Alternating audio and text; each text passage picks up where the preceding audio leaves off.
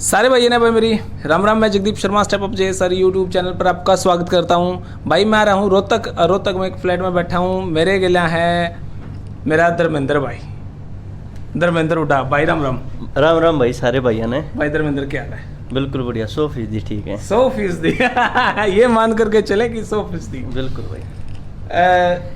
भाई मेरा धर्मेंद्र भाई, और इसका मैं ज़्यादा सा तो नहीं, लेकिन मैं थोड़ा सा एक लाइन में बताऊंगा। आज धर्मेंद्र भाई एक बड़े ऊंचे पायदान पे है और हम सोचा कि हम भी इतने बड़े बड़े बन जावा। लेकिन एक बात ज़रूर बताऊंगा, उड़ते पंछियों की आपने उड़ान तो देखी है, लेकिन उसके पैरों के छाले नहीं देखे भाई। तो धर्मेंद्र भाई ने जितना मेहनत करी, जितना कुछ करा, उसके बारे में तो भाई बताना बड़ा लंबा टॉपिक हो जाएगा, इसलिए मैं उस विषय पे नहीं जाऊंगा। फिर भी एक छोटी सी शुरुआत इस इंटरव्यू में हम करांगे। और इस इंटरव्यू में एक ऐसा बेटा जिनके पिताजी, भाई एक बारी एक मोबाइल दे दे इनको। एक ऐसा बेटा जिनके पिताजी आज भी गांव में टायर पंचर का काम करा भाई। और जब इन बातों का पता चला, और कितनी खुशी की बात है उस बाबू खातर, आज उसका बेटा कितने बड़े ऊंचे पायदान पे है। वो पायदान पाने के लिए बहुत सारे लोग, एमएलए के बालक भी लाइन में थे, उन्होंने वो पायदान नहीं मिला, और हमारे धर्मेंद्र भाई ने वो पायदान मिला। आईएसओ का संयोजक पूरे हरियाणा का उनको बनाया गया। संयोजक क्यों हुआ है? इन शॉर्ट मैं छोटी सी सेंस में आपने बता दूं, जितने भी आईएसओ के स्कूल कॉलेज में जितने भी संगठन हुए, उनके जो हेड बनाने हुए हैं वो आईएसओ के हाथ में हुए हैं भाई ना, संयोजक के हाथ में हुए हैं। तो मेरा भाई आज आईएसओ में संयोजक बन रहा है। भाई साहब कितनी खुशी है इस बार?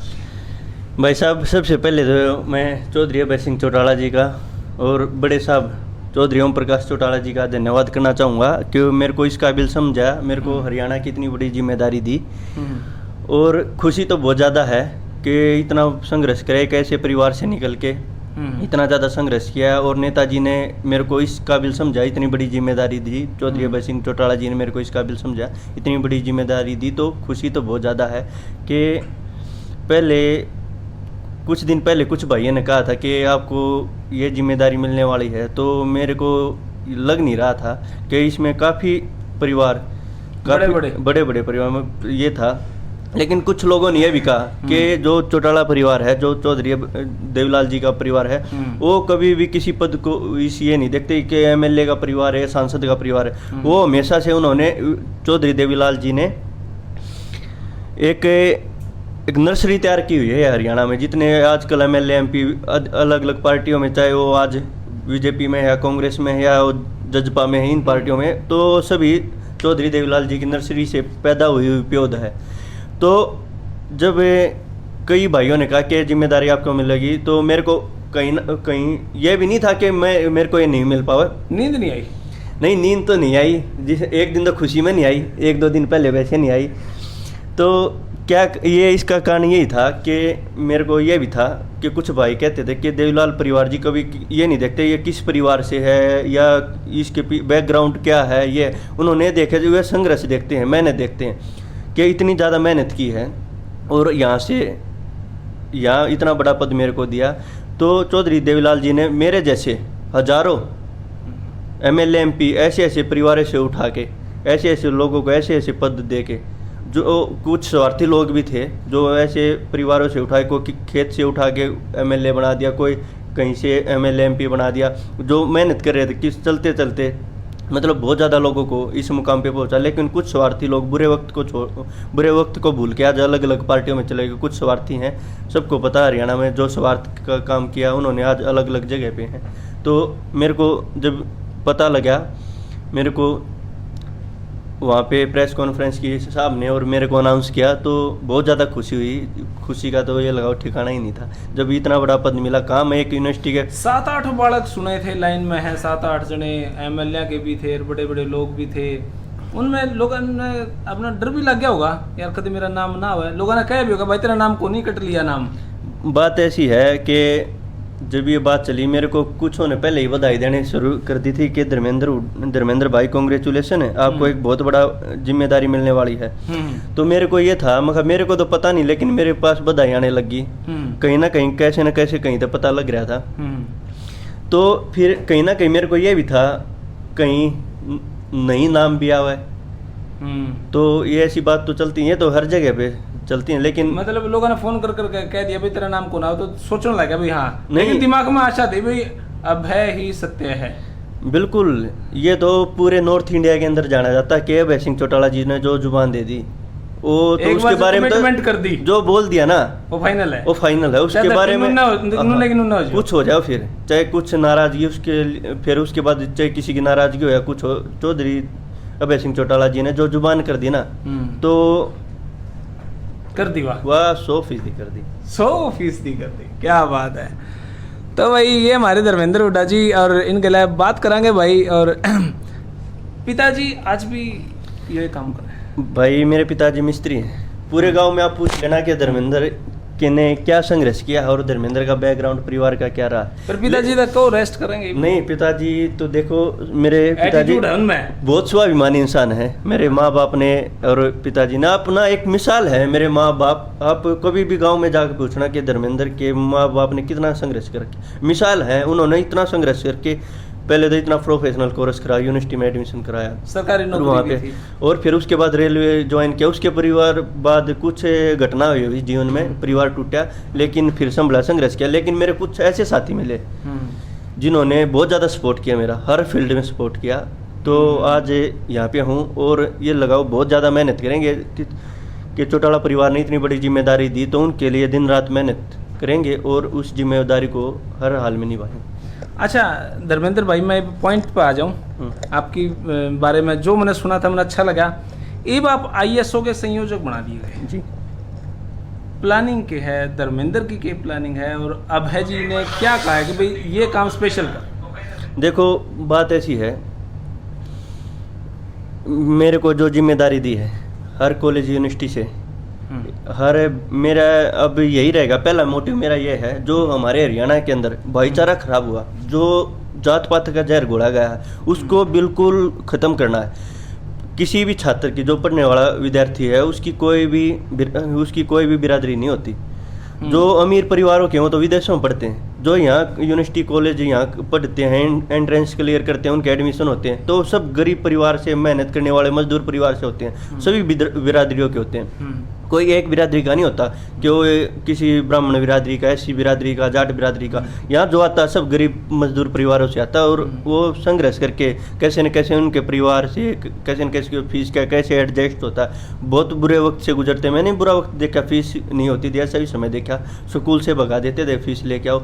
कि ये ऐसी बनावटी बात नहीं है कि मैं ये कह रहा हूँ कि ऐसे कोई भी मेरे गांव से जाके पूछ सकता कि इतना, मतलब इतना संघर्ष किया, बहुत ज़्यादा, अब भी करने लगा। कई बार आपके कुछ दोस्त जब मैंने मिल जाओ तो उन्हें बता दिया था भाई, कई बार तो है ना धर्मेंद्र की बाई का तिल खसा पड़ जाएगा। हाँ बिल्कुल भाई, ये चीज़ तो थी, सच्चाई दिया, बिल्कुल थी भाई।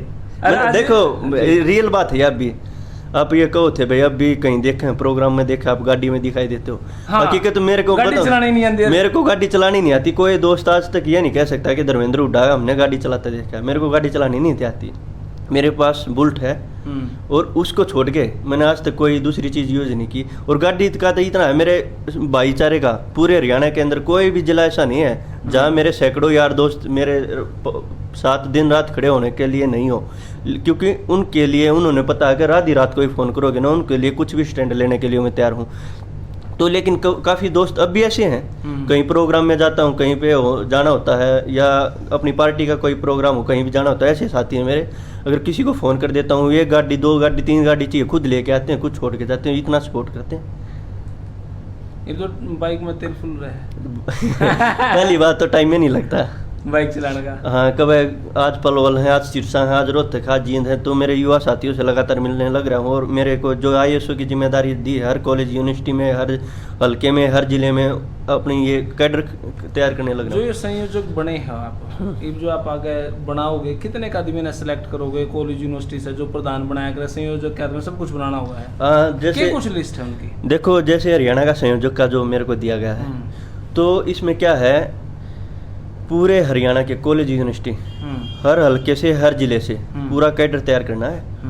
और उसमें जो सबसे पहले मेरा क्या रहेगा, मैं उन परिवारों, उस घर, जो जिन बच्चों को जिम्मेदारी दूंगा, नेताजी से हर बच्चे को, हर उसको मिलवा के, जैसे नेताजी ने इतना बड़ा वो किया कि बिल्कुल खुला ऐलान किया था कि धर्मेंद्र, इसमें 36 बिरादरी के बच्चों को, के जो बच्चे हैं, इसमें वो करना कि हरियाणा में जातवाद बहुत फैल चुका है, इस पे करके युवा बच्चों को उनको बताना। जी ने ये बात कही है बिल्कुल, कि नेताजी का ये था कि तेरा सबसे पहले टारगेट ये होना चाहिए हरियाणा के अंदर कि जितने बच्चे हैं उन युवा बच्चों को समझाओ, वो कैसे गरीब परिवार को शहरी से आके सभी बिरादरियों के आते, कैसे उनको इस जहर घोलने से, जो जहर घोला गया उनसे बचा जाए, सभी बिरादरी के भाइयों को मिल के रहने के, ये जैसे जहर घोला हुआ इससे बचाया जाए, और सभी बिरादरियों के भाई इकट्ठा रहें, इकट्ठा खाएं, इकट्ठा यूनिवर्सिटी में, कॉलेज में रहें, इकट्ठी क्लास लगाएं, सब में अच्छा भाईचारा बना रहे। तो मेरा ये है कि हर बिरादरी के भाई को उसमें जिम्मेदारी दो, कॉलेज लेवल पर, यूनिवर्सिटी लेवल पे,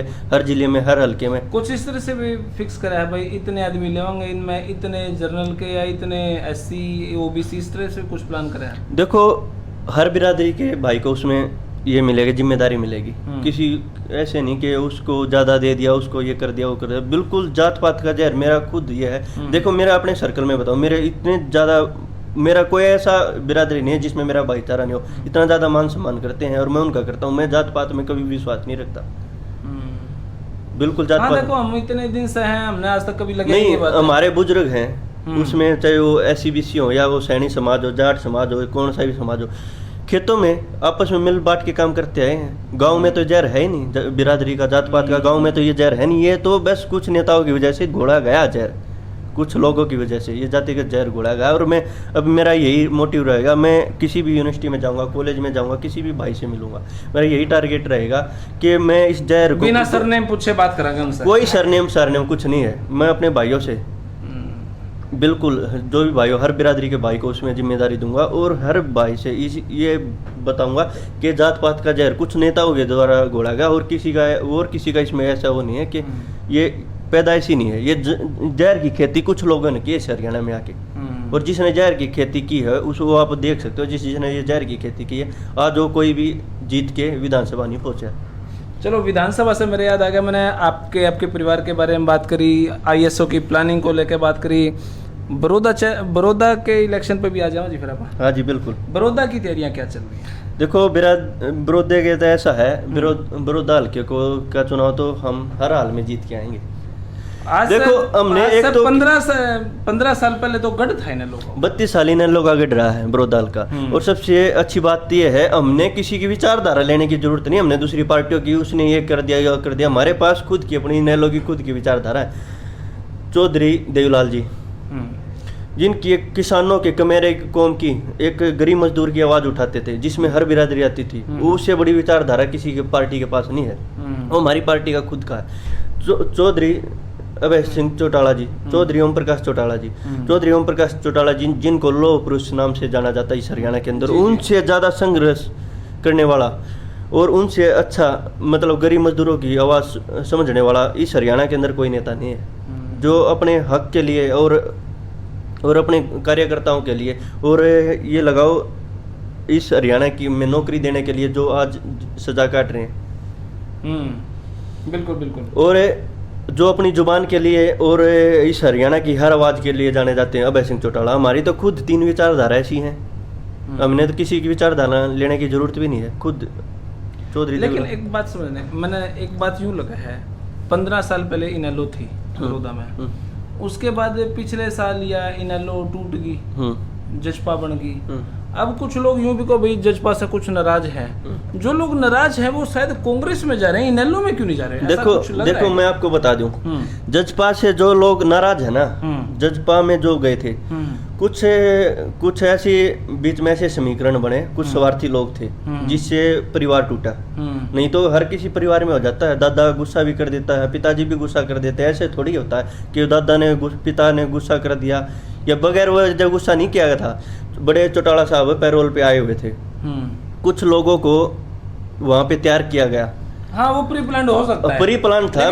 मैंने जो लड़के उसमें मौजूद थे वो मेरे अच्छे साथी में, उनसे मिला था मैंने, उनकी ज्वाइनिंग भी करवाई है। उनको ये बोल रहे हैं कि हमें पता नहीं था, मैं 7 बजे तैयार करके रैली के अगले जो लॉबी थी उसमें बैठाया गया। अच्छा, बैठाया गया तो उनको बस एक ही बात कही गई थी, बस एक ही नारा लगाना है कि सीएम आया, सीएम आया, मतलब सीएम आया, सीएम प्री प्लान था। और उसने बड़े साहब की, चौटाला साहब की भी थोड़ी उन्होंने इज्जत नहीं रखी। जब बड़े साहब वहाँ भाषण देने लग रहे थे, एक इंसान जो पहले ही जेल काट रहा है वो पैरोल पे आके भाषण देने लग रहा है, उस इंसान की मतलब बात ना सुनने दिया और वोटिंग की वहाँ पे। एक बड़े साहब जिसकी विचारधारा से ही ये परिवार चौधरी देवीलाल जी के बाद अगर किसी विचारधारा थी चौधरी ओम प्रकाश चौटाला जी की थी, वो स्पीच देने लग रहे हैं पैरोल पे आके। पहले इतने बड़े संघर्ष से गुजरने लग रहे हैं, फिर उनको बोलने ना देना, वो तो कौन बर्दाश्त करेगा वहाँ पे उनकी बेइज्जती करना।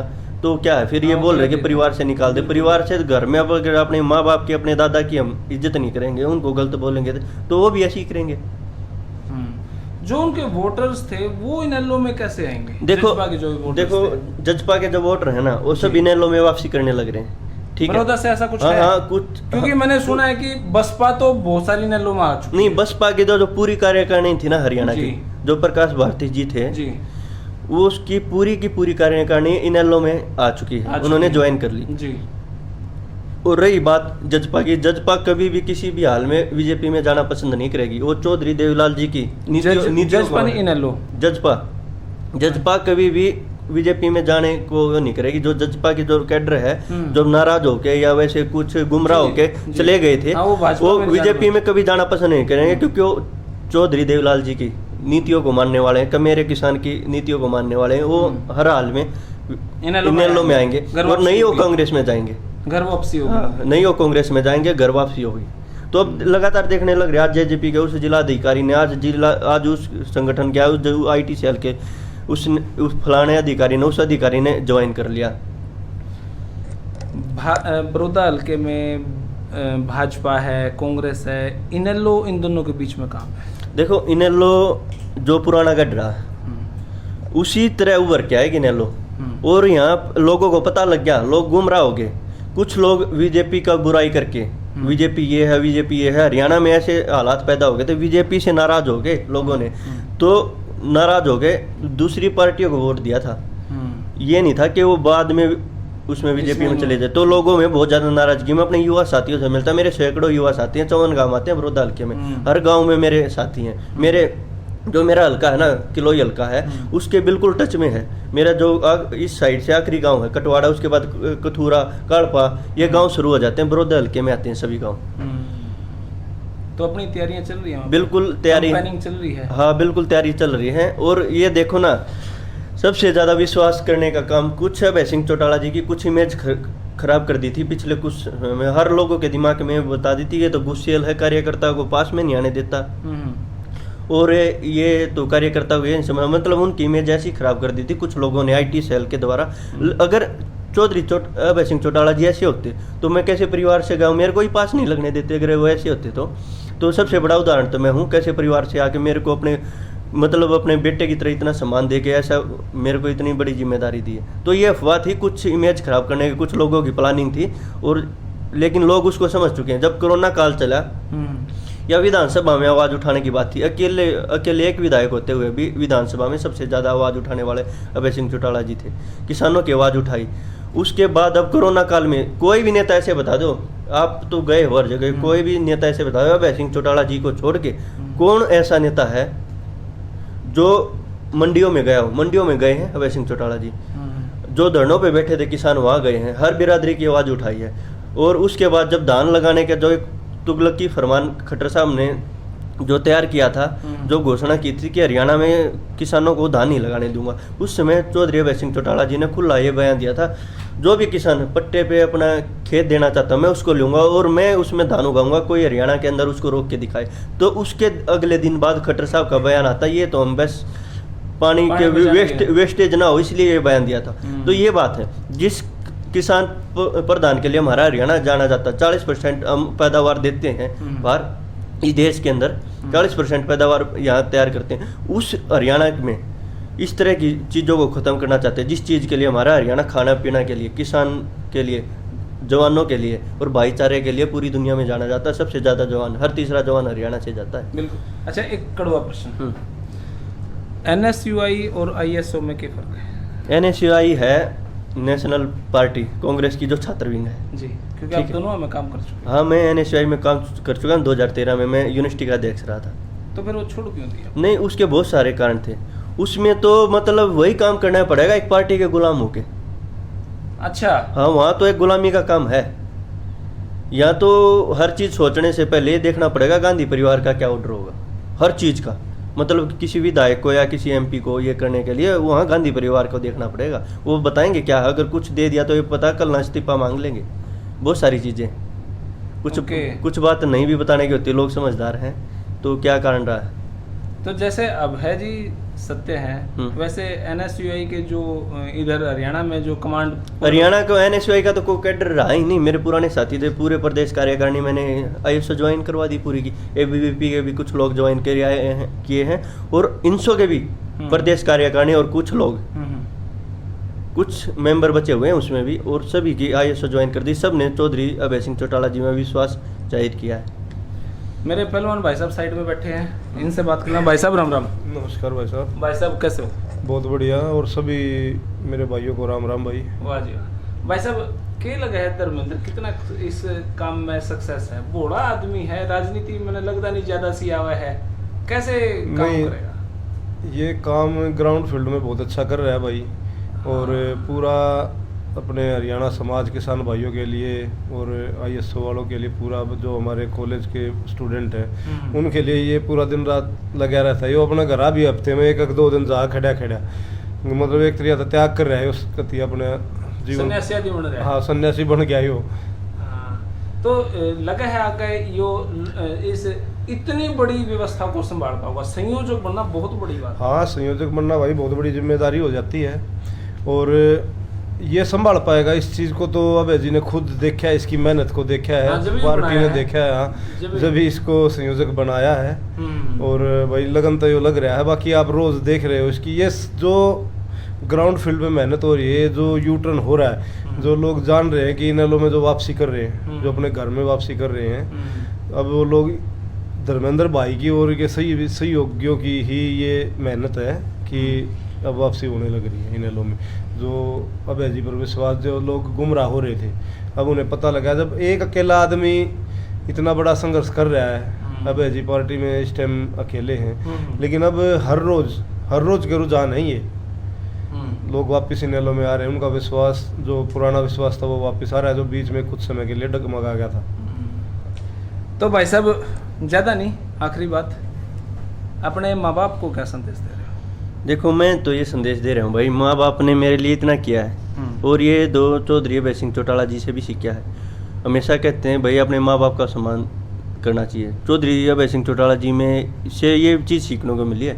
उनमें एक इतना अच्छा क्या काफ़ी गुण है, बहुत अच्छे। कुछ बुजुर्गों में बैठते हैं जो वो बताते हैं। बुजुर्ग बड़ौदा हल्के में गया हुआ था तो चर्चा कर रहे थे, तो बोल रहे थे, मैं उनसे बैठा था, वो यही बोल रहे थे कि धर्मेंद्र चौधरी अभय सिंह चौटाला जी में एक ऐसी खासियत है, एक तो अपनी जुबान के लिए काफ़ी चीज़ों के लिए जाने जाते हैं। एक उनमें ना कभी भी आज तक अपने परिवार का एक भी सदस्य उनसे नाराज़ नहीं है। पूरा परिवार, उनकी रिश्तेदारी जो है, उनकी बहन है और रिश्तेदारियां हैं जो भी हैं, चौधरी अभय सिंह चौटाला जी से एक भी परिवार नाराज़ नहीं है। कुछ लोग थे स्वार्थी थे, वो अपना अलग चले गए। तो ठीक है भाई साहब, बड़ौदा इलेक्शन में मिलते हैं फिर। कड़वे सवाल फिर वहाँ करते हैं। नहीं, कैसे सवाल करना, हम हर सवाल का जवाब हमारे पास। मेहनत बोलती है, सही बात। हमारी ग्राउंड फील्ड की मेहनत बोलती है। हम दिन रात पार्टी के लिए बहुत जी जान से काम करने लग रहे हैं और लोगों का भी हमें सहयोग मिल रहा है। बिल्कुल। तो कल 8 या 10 गांव का दौरा है, तो आप बड़ौदा हल्के में आइए। हाँ, वहाँ कल है करण चौटाला जी का प्रोग्राम है। अच्छा, और वहाँ हम सभी युवा साथी मौजूद रहेंगे और वहाँ आप आके देखना, हर किसी भी बैठक में बैठना, बुजुर्गों की आवाज़ सुनना क्या है, हर युवा की सुनना। हर बुजुर्ग आज के समय में, पुराने कुछ लोग इससे आहत होके कुछ लोगों से मिलते हैं, बोले कि हम अगर परिवार टूट गया तो हम घर बैठ के, हम किसी पार्टी में नहीं गए। अगर बड़े साहब आज हैं तो हम उनके साथ जुड़ के अब इन्हें लोग के साथ चलेंगे। और वो हाथ हो गए थे जो 35-40 साल से जो परिवार से जुड़े हुए थे, और परिवार टूट गया, वो हाथ हो गया, वो बैठ गए थे, कहीं नहीं गए, लेकिन वो जुड़ने लग रहे हैं। युवा साथी हरियाणा के अंदर आज के समय सबसे ज़्यादा विश्वास चौधरी अभय सिंह चौटाला जी के अंदर जता रहे हैं। सबसे ज़्यादा डेली बहुत ज़्यादा फ़ोन आते हैं कि चौधरी अभय सिंह चौटाला जी को ज्वाइन करना है पूरे हरियाणा से। तो भाई ये था एक छोटा सा इंटरव्यू और बड़ा मज़ा आया भाई। देखो मैं तो इनसो, इनेलो और जजपा और भाजपा और कांग्रेस इन सब से दूर होके एक अलग बात कहूँगा भाई, मेरा जिगरी दोस्त है धर्मेंद्र हुड्डा, पर्सनली मैं इसने ज़रूर सपोर्ट करूँगा। मेरी तरफ से जितनी कवरेज होगी मैंने कोई दिक्कत नहीं कि मेरा यूट्यूब चैनल है भाई, कोई प्रेस तो है नहीं कि मेरे हाथ बंधे हों। जितना दिल था भाई होगा सपोर्ट करांगे, सिर्फ सपोर्ट धर्मेंद्र हुड्डा को है, किसी पार्टी विशेष को नहीं है। पार्टी विशेष अगर कुछ अगर वो इंटरव्यू देंगे तो दे देंगे, नहीं भाई धर्मेंद्र अपना जिगरी दोस्त है भाई साहब। ये एक नई फिल्म चलाई थी हरियाणा में 75% रोजगार की। काफी साथी पूछने लग गए भैया ऐसा काम हो गया, ऐसा काम। 75% रोजगार का ये बस एक वो नहीं होता, एक फिल्म छोड़ दी, कुछ नहीं है 75% रोजगार, वो कुछ नहीं है। ये क्या किया था खट्टर साहब ने, तो कोरोना काल जब शुरू हुआ दूसरे महीने में कह दिया 1 साल तक हरियाणा में कोई भर्ती नहीं निकलेगी। तो 75% रोजगार कहाँ है? रही प्राइवेट सेक्टर की बात, सेमी प्राइवेट सेक्टर या लिमिटेड जो कंपनियां हैं। मेरा भाई राजनीति हो गया, भाई राजनीतिज्ञ बन गया। तो प्राइवेट सेक्टर है जो, उसमें प्राइवेट कंपनियां जो हैं या सेमी प्राइवेट हैं या जो लिमिटेड कंपनियां हैं वो पहले से बंद होने लग रही है कोरोना काल में। नए ये कह रहे हैं जो 75% रोजगार हो पुरानी चीज़ों पे लागू, पुरानी कंपनियों में लागू, नईयों में नहीं है। पुरानी तो बंद होने लगे, नई लागू होने के तो कोई आसार ही नहीं है। तो 75% रोजगार मिलेगा कहाँ? तो लोगों को कैसे गुमराह किया जा रहा है। वाह जी वाह। अभी इसी मुद्दे के साथ आगे बढ़ते रहेंगे और हमारे धर्मेंद्र भाई ने तो मेरे चैनल में पूरा सपोर्ट है। आप कितना करोगे आपकी इच्छा है भाई, क्योंकि मेरा जिगरी दोस्त है, दोस्त के नाते मैं इसको सपोर्ट करूंगा। हाँ कमेंट में अपनी राय जरूर दे दीजिए भाई। धन्यवाद, जय हिंद, भारत माता की जय। धन्यवाद।